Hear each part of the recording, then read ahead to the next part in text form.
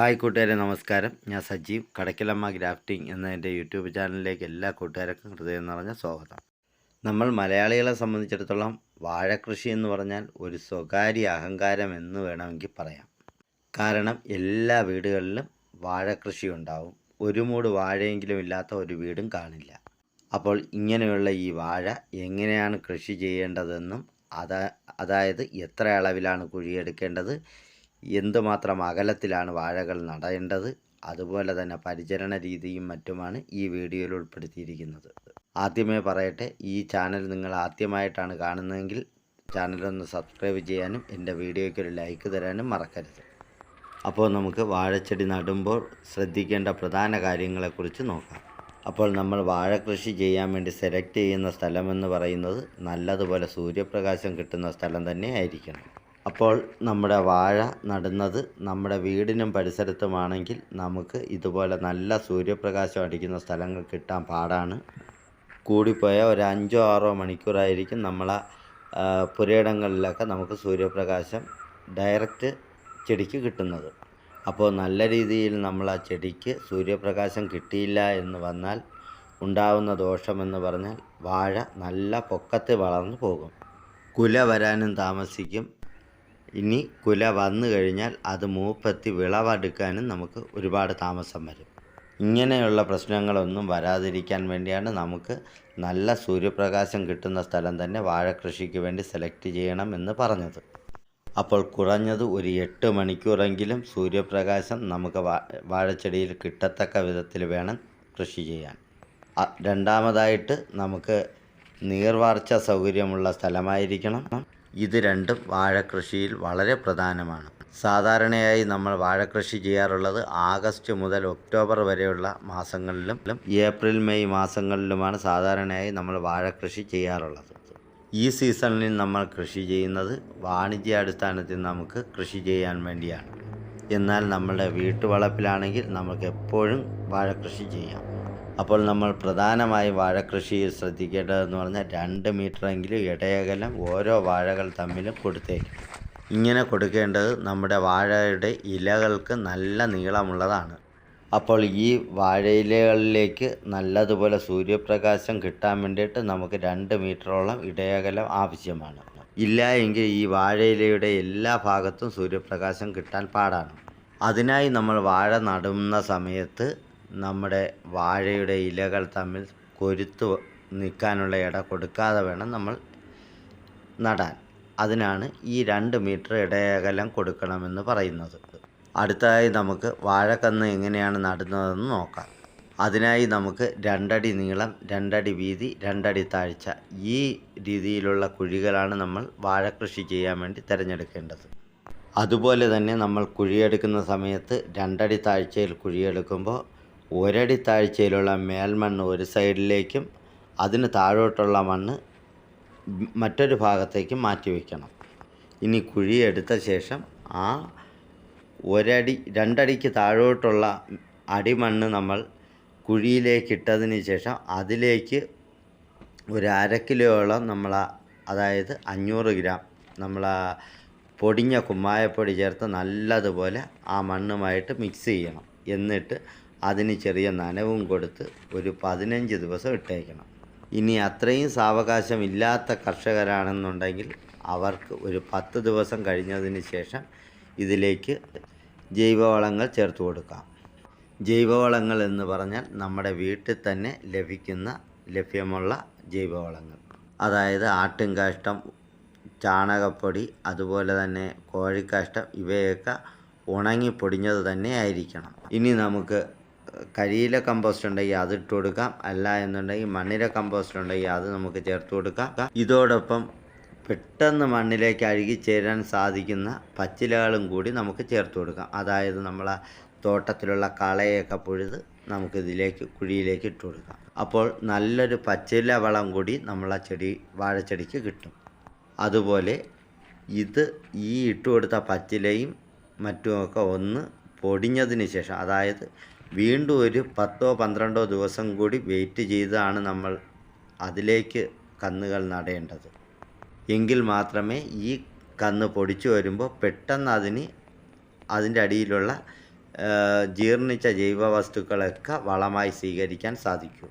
അപ്പോൾ നമ്മൾ വാഴ നടുന്ന സമയത്ത് നമ്മൾ ഇട്ട് കൊടുത്ത ജൈവവളവും അതുപോലെ തന്നെ നേരത്തെ ട്രീറ്റ് ചെയ്ത് വെച്ചിരുന്ന ആ മണ്ണും നല്ലതുപോലെ മിക്സ് ചെയ്യണം. ഇത് രണ്ടും നല്ലതുപോലെ മിക്സ് ചെയ്തതിന് ശേഷം വേണം ഇതിലേക്ക് നമ്മൾ വാഴക്കന്നുകൾ നടാൻ. അതുപോലെ തന്നെ നടാനായി നമ്മൾ എടുക്കുന്ന വാഴക്കന്ന് എന്ന് പറയുന്നത് സൂചിക്കന്ന് മാത്രമേ നമ്മൾ സെലക്ട് ചെയ്തെടുക്കാവൂ.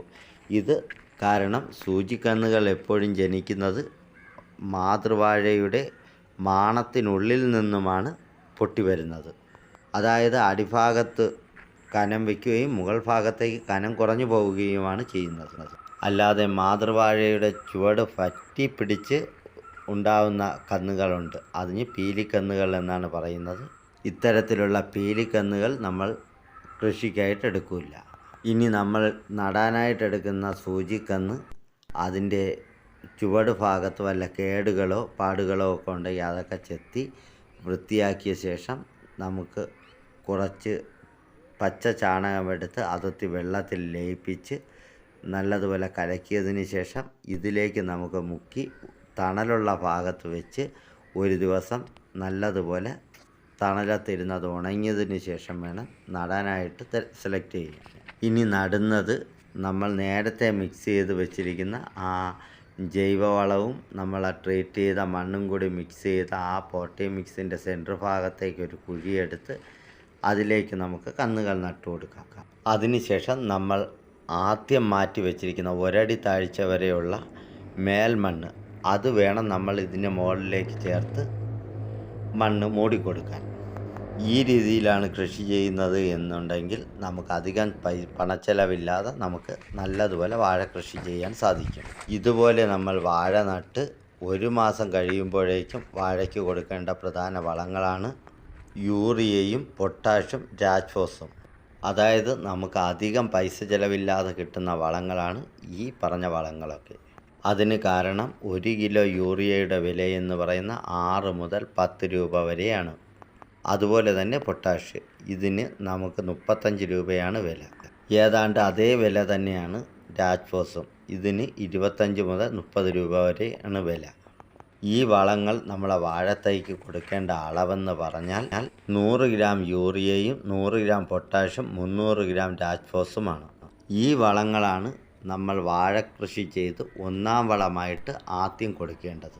ഇനി നമ്മുടെ വാഴയ്ക്ക് 1.5 മാസമാകുമ്പോൾ കൊടുക്കേണ്ട സെക്കൻഡറി ന്യൂട്രിയൻസാണ് മഗ്നീഷ്യവും ബോറാക്സും.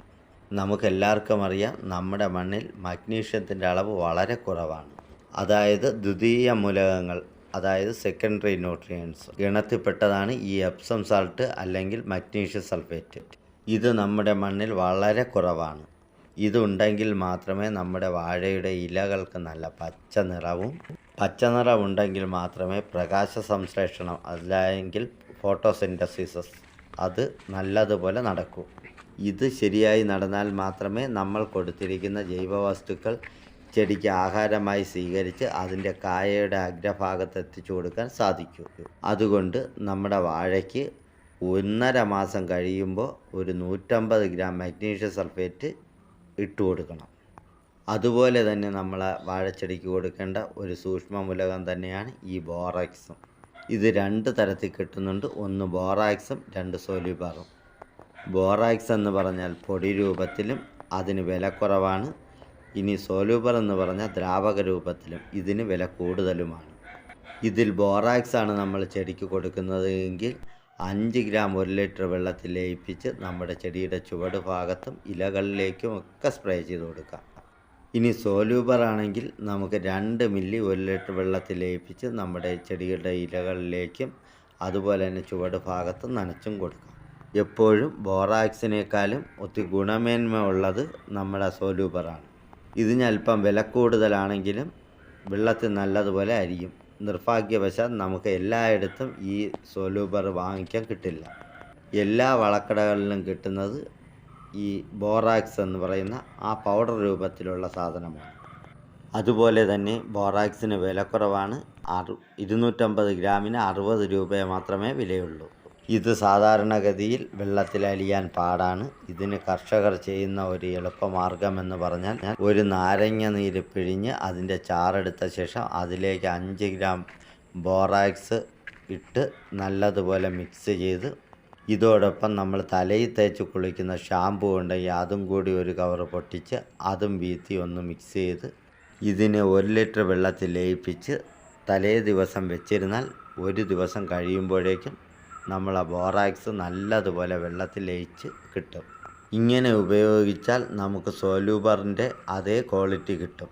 ഇത് കർഷകരിൽ നിന്നറിഞ്ഞൊരു കാര്യമാണ്. ഞാനിത് ഉപയോഗിച്ചപ്പോൾ എനിക്ക് നല്ല ഫലം കിട്ടി. ഇത് നമ്മൾ മഗ്നീഷ്യം സൾഫേറ്റ് കൊടുത്ത് ഒരു 10 ദിവസം കഴിഞ്ഞ ദിവസങ്ങളിൽ നമുക്ക് വീണ്ടും ചെടികളുടെ ഇലകളിലേക്കും തണ്ടുകളിലേക്കുമൊക്കെ സ്പ്രേ ചെയ്ത് കൊടുക്കാം. ഇനി നമ്മുടെ വാഴച്ചെടി 2 മാസം പ്രായമാകുമ്പോഴേക്കും 100 gram potash, 100 gram urea, 250 gram Rajphos ഇവ നല്ലതുപോലെ മിക്സ് ചെയ്ത് നമുക്ക് നമ്മുടെ വാഴച്ചെടിയുടെ ചുവട് ഭാഗത്ത് തടത്തിലേക്ക് ചേർത്ത് കൊടുക്കാം. അതോടൊപ്പം തന്നെ മേൽമണ്ണ് കൂട്ടിക്കൊടുക്കുകയും വേണം. അതുപോലെ അടുത്ത വളപ്രയോഗം വരുന്നത് 3-ാം മാസത്തിലാണ്. അപ്പോൾ നമുക്ക് 100 ഗ്രാം പൊട്ടാഷും 100 ഗ്രാം യൂറിയയും മാത്രം കൊടുത്താൽ മതി. ഇത് നമുക്ക് കൊല വരുന്നത് വരെ ഇങ്ങനെ നമുക്ക് കൊടുത്തുകൊണ്ടേയിരിക്കാം. ഇനി നമ്മുടെ വാഴയിലയുടെ അരികു സൈഡുകൾ ചുളുങ്ങിയ നിലയിലും അതുപോലെ പുതിയ നാമ്പുകൾ വരുമ്പോൾ അതിന് പച്ച നിറമില്ലാതെ ഒരു മഞ്ഞളിപ്പ് കാണുകയും ഇലകളെല്ലാം കാറ്റടിച്ച് കീറിയതുപോലെ ഒരവസ്ഥയിലും കണ്ടു കഴിഞ്ഞാൽ അപ്പോൾ നമ്മൾ മനസ്സിലാക്കിക്കൊള്ളണം നമ്മുടെ വാഴച്ചെടിക്ക് കാൽസ്യം ഇല്ലാത്തത് കൊണ്ടാണ് ഇങ്ങനെ വരുന്നത്. അപ്പോൾ നമ്മുടെ വാഴച്ചെടിക്ക് കാൽസ്യം എങ്ങനെയാണ് കിട്ടുന്നത്? അതിനാണ് നമ്മൾ മണ്ണ് ട്രീറ്റ് ചെയ്യണം, കുമ്മായപ്പൊടി ചേർക്കണം എന്ന് പറയുന്നത്. അപ്പോൾ നമ്മൾ നടുന്ന സമയത്ത് 500 ഗ്രാം പൊടിഞ്ഞ കുമ്മായപ്പൊടിയാണ് ചേർത്ത് മണ്ണിൽ ചേർത്തിളക്കി നടുന്നത് എങ്കിൽ നട്ട് നമ്മുടെ വാഴച്ചെടി 2.5 മാസം പ്രായമാകുമ്പോഴേക്കും വാഴയിലകൾ കാറ്റടിച്ചതുപോലെ കീറിയും അതുപോലെ തന്നെ ഇലയുടെ അരികുകൾ ചുളുങ്ങിയും നാമ്പുകൾക്ക് മഞ്ഞ നിറവും കണ്ടാൽ വീണ്ടും നമുക്ക് 2.5 മാസം പ്രായമാകുമ്പോൾ ഒരു 250 ഗ്രാം കുമ്മായപ്പൊടി കൂടി മേൽമണ്ണുമായിട്ട് മിക്സ് ചെയ്ത് നമ്മുടെ വാഴയുടെ തടത്തിൽ ചേർത്ത് കൊടുക്കാം. എന്നാൽ സ്ഥിരമായി നമ്മുടെ മണ്ണിൽ കാൽസ്യത്തിൻ്റെ അളവ് കുറവുള്ളതാണെങ്കിൽ ഒരു 3.5 മാസമാകുമ്പോഴും ഇതുപോലെ 250 ഗ്രാം കുമ്മായപ്പൊടി മേൽമണ്ണുമായി മിക്സ് ചെയ്ത് നമുക്ക് ചെടിയുടെ തടത്തിൽ ചേർത്ത് കൊടുക്കാം. അതുപോലെ തന്നെ നമ്മൾ ശ്രദ്ധിക്കേണ്ട ഒരു കാര്യമെന്ന് പറഞ്ഞാൽ നമ്മൾ കുമ്മായം ചേർക്കുന്ന സമയത്ത് ഒരു കാരണവശാലും നമ്മുടെ വളങ്ങൾ ജൈവവളങ്ങളോ രാസവളങ്ങളോ ചേർക്കാൻ പാടില്ല. അതായത് നമ്മൾ വളം ചേർത്ത് 15 ദിവസം കഴിഞ്ഞ ഇടവേള സമയങ്ങളിലാണ് നമ്മൾ ഈ കുമ്മായപ്പൊടി ചേർത്ത് കൊടുക്കേണ്ടത്. അതുപോലെ തന്നെ നമ്മുടെ വാഴച്ചെടിയുടെ ചുവട് ഭാഗത്തു നിന്നും ഒരു 2 അടിയെങ്കിലും മാറി വേണം നമ്മൾ രാസവളങ്ങൾ ചേർത്ത് കൊടുക്കാൻ. കാരണം വാഴയുടെ ആക്റ്റീവായിട്ടുള്ള റൂട്ട് സ്റ്റോൺ കാണുന്നത് ഈ ചുവട് ഭാഗത്തു നിന്നും ഒരു 2-2.5 അടി അകലത്തിലാണ്. അതും റൂട്ട് സ്റ്റോൺ വളരെ താഴ്ചയിലൊന്നും പോകില്ല, മേൽഭാഗത്ത് തന്നെ ഉള്ളതിനാൽ വളരെ ആഴത്തിലൊന്നും കുഴിയെടുത്ത് നമ്മൾ വളം ഇട്ട് കൊടുത്തതുകൊണ്ട് ഉപയോഗമില്ല. ചുവട് ഭാഗം ചെറുതായിട്ടൊന്ന് ഇളക്കിക്കൊണ്ട് നമുക്ക് വളം ചെയ്തു കൊടുക്കാം. അതുപോലെ തന്നെ നമ്മൾ പ്രത്യേകം ശ്രദ്ധിക്കേണ്ട മറ്റൊരു കാര്യമാണ് ബോറാക്സ്. ഇത് നമ്മൾ ചെടി നട്ടു 1.5 മാസം പ്രായമായപ്പോഴാണ് നമ്മൾ ഇലകളിലേക്ക് സ്പ്രേ ചെയ്ത് കൊടുത്തത് എങ്കിൽ 2.5 മാസത്തിലും 3.5 മാസത്തിലും നേരത്തെ പറഞ്ഞതുപോലെ തന്നെ നമുക്ക് ഇലകളിലേക്ക് സ്പ്രേ ചെയ്ത് കൊടുക്കാം. അപ്പോൾ 5 മാസം കഴിയുന്നത് വരെ മാത്രമേ നമുക്കിത് ഇങ്ങനെ ഇലകളിലേക്ക് സ്പ്രേ ചെയ്യാൻ പറ്റൂ. കാരണം അപ്പോഴേക്കും നമ്മളെ വാഴ നല്ല വളർച്ചയായിട്ടുണ്ടാവും. അപ്പോൾ നമുക്ക് ഒരു 10 ഗ്രാം ബോറാക്സ് മേൽമണ്ണുമായിട്ട് ചേർത്തിളക്കി തടത്തിൽ ചേർത്ത് കൊടുക്കാം. 10 ഗ്രാം എന്ന് പറഞ്ഞാൽ ഇനി അളക്കാനൊന്നും പോകണ്ട, 2 ടീസ്പൂൺ ഇത്ര മാത്രമേ നമ്മൾ ചേർത്ത് കൊടുക്കാവൂ. കൂടിപ്പോകരുത്, കൂടിപ്പോയാലും ദോഷമാണ്. ഈ രീതിയിൽ നമ്മൾ ബോറാക്സ് ചെടിക്ക് കൊടുത്തു കഴിഞ്ഞാൽ നമ്മുടെ ചെടിക്ക് കുല വരുന്ന സമയത്ത് വാഴക്കുലയുടെ അടിയിലത്തെ കായും അതുപോലെ തന്നെ മുകളിലത്തെ കായും തമ്മിൽ അധികം വ്യത്യാസമൊന്നുമില്ലാതെ നല്ല വലിപ്പത്തിൽ കിട്ടും. അതുപോലെ തന്നെ നല്ല വലിപ്പവും ഉണ്ടാവും, കാകൾക്ക് നല്ല ഭംഗിയും ഉണ്ടാവും, നല്ല രുചിയും ഉണ്ടാവും. അപ്പോൾ വാഴക്കൃഷി എന്ന് പറഞ്ഞാൽ വളരെ എളുപ്പമാണ്. നമ്മൾ നല്ലതുപോലെ സംരക്ഷിച്ചതിനെ വളർത്തിയാൽ കറക്റ്റ് 8-ാം മാസം അതിൽ നിന്ന് നല്ലൊരു കുല തന്നെ നമുക്ക് കിട്ടും. അതായത് നമ്മൾ വാഴയ്ക്ക് കൊടുക്കേണ്ട വളങ്ങൾ കൊടുക്കേണ്ട സമയത്ത് തന്നെ കൊടുക്കണം. എങ്കിൽ മാത്രമേ വാഴയിൽ നിന്നും നമുക്ക് നല്ല വിളവ് ലഭിക്കൂ. അതായത് നമ്മളൊരു 50 രൂപ കൊടുത്തൊരു വാഴക്കന്ന് വാങ്ങിയാൽ അതിനെ നമുക്ക് ഒരു 8 മാസം കൊണ്ട് നമുക്കതിൻ്റെ ഇരട്ടി പൈസ ഉണ്ടാക്കാം. ഇനി ഇതൊരു നല്ല നേന്ത്രവാഴയാണെന്നുണ്ടെങ്കിൽ നമുക്ക് നല്ലൊരു എമൗണ്ടിന് അത് കൊടുക്കുകയും ചെയ്യാം. അതായത് ഒരു 650-700 രൂപയൊക്കെ കിട്ടത്തക്ക വിധത്തിൽ തന്നെ നമുക്കൊരു വാഴക്കൊല കിട്ടും. അപ്പോൾ ഈ വീഡിയോ കൂട്ടുകാർക്ക് ഉപകാരപ്പെടുമെന്ന് തന്നെ വിശ്വസിക്കുന്നു. അതുപോലെ എൻ്റെ ചാനൽ ആദ്യമായാണ് കാണുന്നതെങ്കിൽ ചാനലൊന്ന് സബ്സ്ക്രൈബ് ചെയ്യാനും വീഡിയോയ്ക്കൊരു ലൈക്ക് തരാനും ഈ കൃഷിയെക്കുറിച്ച് അറിഞ്ഞൂടാത്ത മറ്റ് കൂട്ടുകാരിലേക്ക് ഈ വീഡിയോ ഒന്ന് ഷെയർ ചെയ്യാനും മടിക്കരുത്. അപ്പോൾ ഇനിയും ഒരു കാർഷിക വീഡിയോയുമായി കാണാമെന്ന് വിശ്വാസത്തോടെ നിർത്തുന്നു. എല്ലാ കൂട്ടുകാർക്കും നന്ദി, നമസ്കാരം.